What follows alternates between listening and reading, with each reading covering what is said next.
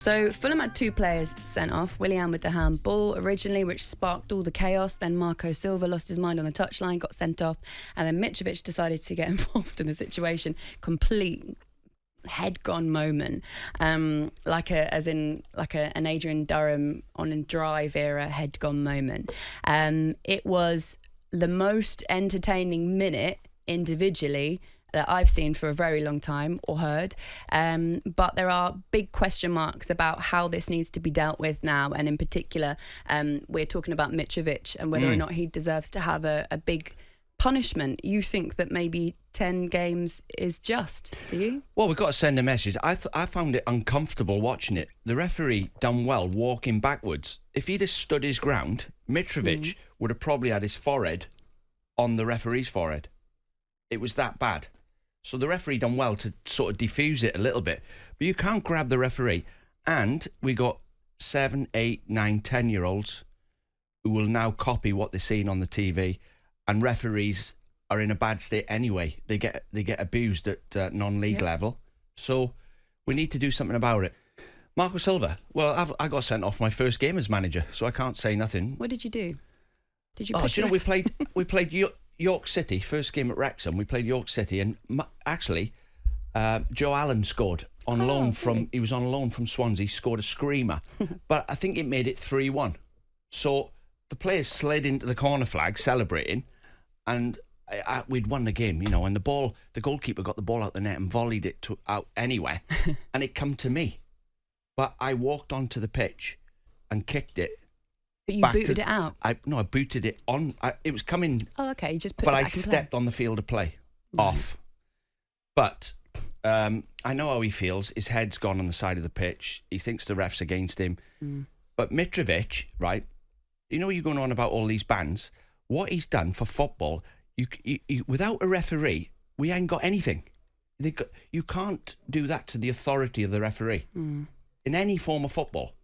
So we've got to stamp it out. I see all the messages coming in saying, what about Bruno? No one's mentioned Bruno. I saw them all yesterday, all going through social media.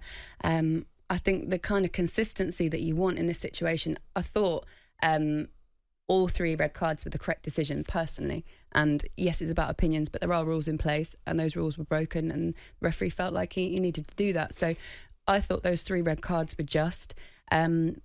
I don't think that means that by Bruno not getting a red card, Mitrovic shouldn't have got a red card. I think it kind of means they both should. I don't think that in any situation Bruno was you should put your lucky. hands on it, on an official. I think he was lucky as well. Got away with it. Okay, let's introduce a Manchester United fan to the conversation. Rob, good morning.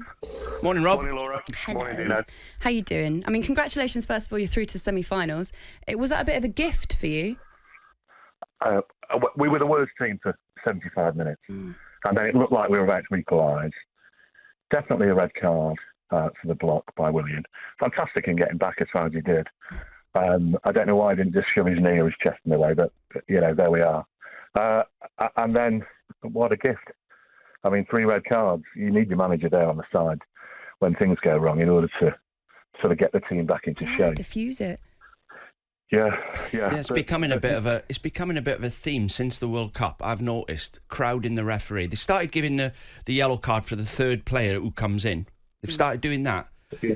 But we need to do something, because standing on the side of the pitch watching Saturday morning games, parents are abusing referees from the side, and players think they can do it. So we've got to stamp it out. They mimic their heroes. There are stories now of kids who are 7, 8, 9 covering their mouths when they speak as if they're on TV. I've seen that. I've seen it. Honestly, it's ridiculous. And they see this.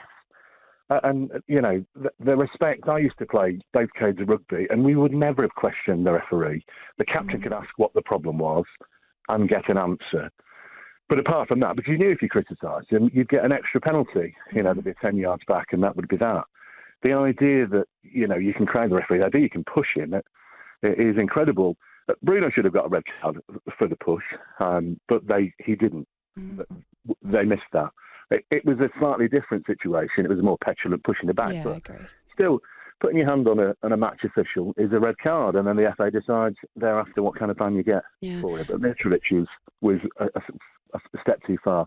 Rob, what a thoroughly decent call. Thank you so much. You sound like a really lovely man as well. Rob, the Manchester United fan, thank you so much for calling in and giving us your thoughts. Well, this ban has to be that shocking that the under 6's know about it and the under 7's know about it. It has to be that shocking. If you give him a 3-game ban, it'll be just like another ban. But we have to be talking about this for a week because he's got such a big ban that it goes right through grassroots football. So don't question the authority of the referee and have some respect. So basically, Mitrovic should be made an example of. Correct. And the timing for him, unfortunately, is, I mean, it was a worse, aesthetically, it was a worse situation than the Bruno one. But I'm in your camp as well. I just think there has to be a level of authority and a line that you cannot cross. And it doesn't matter what situation arises, you can't cross that line. Referees perhaps need to start being harsher with their cards on the pitch and setting that kind of tone. That needs to become consistent. And maybe you're right. Maybe these bans need to come in and need to be harder. And as you say, they need to hear it in the under 13s, the under 12s, the well, under if you 10s. let it go, we've watched South American football where someone's karate kicking the referee and the old teams and the refs having to sprint off the pitch. That's what'll happen if it festers. talkSPORT Breakfast with Laura Woods, Monday to Wednesday mornings 6 till 10 on AM, on DAB, via the talkSPORT app and on your smart speaker. talkSPORT.